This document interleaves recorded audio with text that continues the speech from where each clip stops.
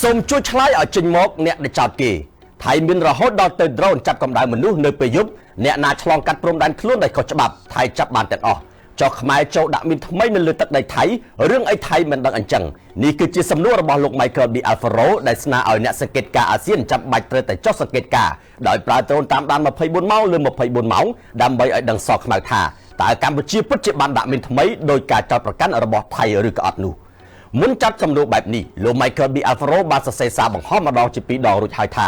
សូមកុំភ័យនិយាយតែមាត់អត់បានការទេជាមួយនឹងថៃចាំលោកដូណាល់ត្រាំហៅទូរស័ព្ទទៅដោះក្អែលលោកថៃនៅតែចោទប្រកាន់កម្ពុជាដាក់មីនថ្មីធ្វើឲ្យទាហានរបស់ខ្លួន4នាក់បានរងរបួសក្នុងនោះមានម្នាក់បានបាត់ជើងនោះហើយលោកនាយរដ្ឋមន្ត្រីអនុទានថែមទាំងយកលេសនេះប្រកាសហែកចោលនៅក្រដាស់ក្របខ័ណ្ឌ4ចំណុចរួចប្រកាសក្តែងថាសន្តិភាពជាមួយនឹងកម្ពុជាចាប់ហើយចាប់ពីពេលនេះតទៅនោះស្រាប់តែលោក Michael B. Alfaro កាន់តែទ្រាំលេងបានហើយសរសេរសារបង្ហោះបន្ថែមយ៉ាងវិញអន្លាយបែបនេះថា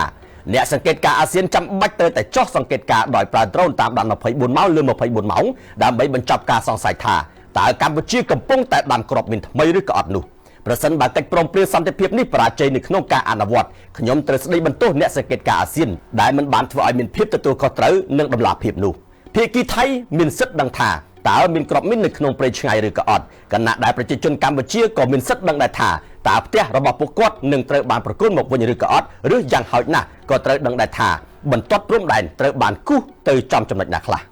អ្នកសង្កេតការណ៍អាស៊ានត្រូវតែសង្កេតសកម្មភាពយន្តហោះគ្មានមនុស្សបើករបស់ថៃ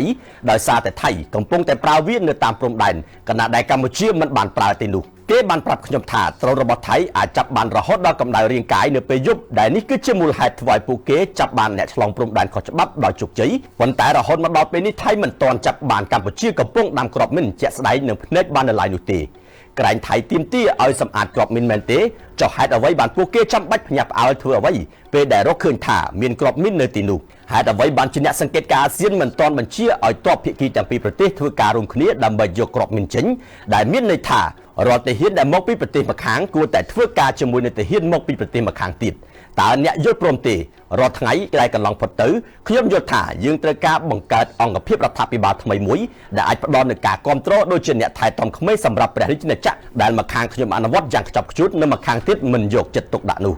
ខ្ញុំចង់រំលឹកដល់មនុស្សគ្រប់គ្នាថាចំនួនព្រំដែននេះនឹងប៉ះពាល់ដល់តំបន់អាស៊ីអាគ្នេយ៍ទាំងមូលប្រទេសទាំងអស់ត្រូវតែហ៊ានចេញមកនិយាយបើដូច្នោះទេសូមកុំភ្ញាក់ផ្អើលឲ្យសោះនៅពេលដែលវិនិយោគនិងទេសចរធ្លាក់ចុះនោះនេះគឺជាសម្រងសម្ដីដើមទាំងស្រុងរបស់លោក Michael B. Alfaro ដែលចង់ស្វែងរកភាពស្អាតស្អំជូនដល់កម្ពុជាមុនពេលដែលលោកទៅអញ្ជើញចូលរួមនៅក្នុងកម្មវិធីមួយនៅលំនៅឋានរបស់លោកប្រធានាធិបតី Donald Trump នោះ